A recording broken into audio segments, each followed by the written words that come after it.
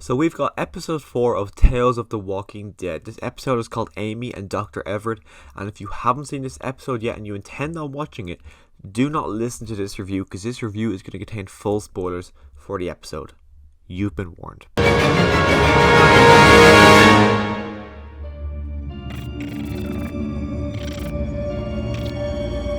So this episode actually came out last week, but I only ever watched it for the first time today. Not only was I busy all week, but I also felt no urgency to watch it. Other shows have dropped their episodes this week, like a She-Hulk, like House of Dragon, and I was just thinking, oh yeah, I'll watch these. I'll eventually get to the Tales of the Walking Dead, even the Welcome to Wrexham show. I don't like football at all, but I've watched the two most recent episodes of that, and I only watched Tales for the first time today.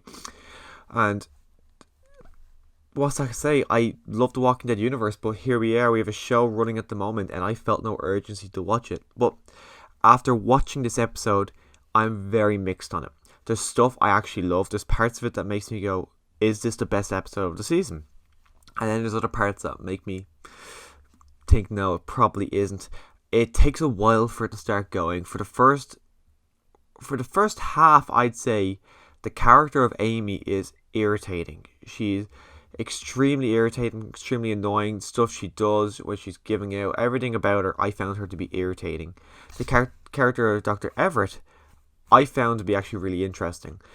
Really interesting in the fact that, was he part of the CDC? Where is this taking place? Is this taking place in America? I'm assuming it is. My thought is, if this is America, can we get somewhere else other than America? This is now our fourth Walking Dead TV series, and the first one we know of we're getting outside of America is with Daryl Dixon in France. Why have we not seen it? Even with Tales, you think they would show us some other country, just show us something, but no, we haven't seen anything like that as of yet. But the idea of Dr. Everett pretty much documenting the entirety of a walker's lifespan from the start to the end, I thought to be quite fascinating. He was going through, if a walker, which was specimen 21, if that one was getting ready to kill a person, for the most part he would step back and just let it happen because it's the natural course of evolution and natural course of nature, and he was willing to let that person die to see what was going to happen next for this walker. So all of that I found actually very fascinating to see going about. But the reason why it pushed me back for the first half, but then by the end of the episode you see where it all pays off. I was watching it and watching him go about making his documentary, and then Amy coming in and she was giving out to him about all the stuff. I was just thinking, I kind of wish he wasn't involved and it was just us either watching his documentary and then watching him make it at the same time, and just kind of take out this whole subplot with Amy. I found her to be, for the first half anyways, to be just a bit, why are we doing this? Do we have to have two characters? Is that why we're following the two of them instead of her? Because I found his whole storyline to be just interesting of himself. We find out that even that the whole community, or the whole place that he lives in, is pretty much a wildlife preserve. All the zoo animals have gotten out, so you see giraffes walking around, zebras walking around. All that I found to be really, really cool. The fact that he's living in pretty much, he's just living with all these animals. He's living in an open zoo, and I just think it's brilliant. I'd love, even that's my first thought was, imagine Ezekiel. He'd probably love to see all this stuff, all these animals running around. I just thought that was pretty good. But as the episode goes on and it's revealed that, well, it's not revealed, it was kind of stated from the word go, but Amy's group, she's gone missing from them, so they go looking for the group together. It's found out throughout the episode that there's actually this group out there who chops off walkers' heads and just leaves the bodies there. Dr. Everett does not like this because, of course, he's studying walkers. He wants to find out who's part of this group that's doing it. It's never stated for a fact, but it's kind of assumed that Amy is actually part of that group. She says, oh no, we just asked for their help to get across the ravine. Don't really buy that. We find out later on, in the back of the truck is all the walker heads, but is that because does that truck belong to that group, or is it part of the group that actually chops off the heads? I'm assuming that she is part of the group that kills the walkers. I just think it'd be weird that, oh no, we just work with that group.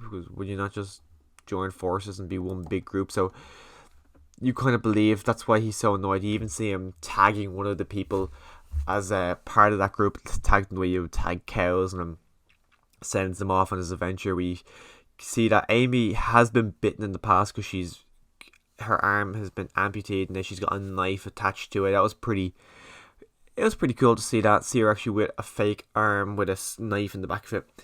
But we do see her die. We see at one point she tries to save her group. He pulls her back and says, no, it's a natural course. And then he says, oh yeah, your group is doomed. Your group is going to die soon. And she goes, well, I'd rather be with my group and die than be with you and live. So she goes after her group to try and save them. In terms actually dying, we see Specimen 21 getting killed by an alligator. That was pretty cool. At one point I actually thought he was going to die in the process because Specimen 21 falls down a hill, falls on this piece of, I think it was little bits of timber, but then he goes out in the water and then Dr. Everett tries to pull him back in turn saving him. Crocodile gets it, and at one point there was so much tug on that rope that he was not letting go. I thought he was going to get pulled in there. And I was thinking, oh shit, is he actually going to die in there? But no, he survives. He goes on to continue on. A pretty cool thing, though, is that his jacket is made of walker skin. So he's kind of taking on the Whisperer element. I don't know how long this is into the apocalypse. He says he's been studying one walker for 7 years. But I don't know exactly how long into the apocalypse has been because I imagine it's been a while because Amy said she read in a book that people were wearing masks. I am assuming that's to do with the Whisperers or just another group like that. But the fact that I made it into books, I really wonder how long it's been into the apocalypse, and has it been something where, we kind of got back to some sort of normality while they were making books again and everything. But then the world fell apart again. Is that what happened here or not? But I thought it was a good episode, but I did have my issues with it. As I said, Amy at the start I found to be very irritating, but you get why they were building her character up for that finale of her dead, her group's dead, and then just to see that we went through all that with her and he didn't do anything because it was a natural course of nature to just let that community die. That whole story, I did find that to be interesting, but the first half with her I found to be so irritating that's what brings it back for me. I am leaning towards more that I did enjoy this episode more than the Alpha episode. I've given them both about a 3.5 out of 5, but I think I did enjoy this episode. So far, this is the best episode of Tales from the Walking Dead. The trailer for next week's looks actually pretty interesting, which is assuming drops today at some point. So hopefully, I get to that one sooner than I did this one because I actually am more excited for episode 5 than I am for episode 4. Episode 5 looks pretty interesting, and also we're getting closer to the end of Tales of the Walking Dead. I can't say for certain if I like the season overall. So far, I'm 2 for 2. We'll see what episode 5 and 6 does for me, but I felt no urgency to watch this episode, as I said at the start of this review. So I'll be honest, I don't really know how I feel about the show yet, but stay tuned to hear my thoughts on episode 5 and 6, and then the original Walking Dead series comes back with its final part of its final season. All very exciting. So if you want to hear my future thoughts on anything Walking Dead related, click the subscribe button so you can come back and hear it all. And as always, thanks for listening.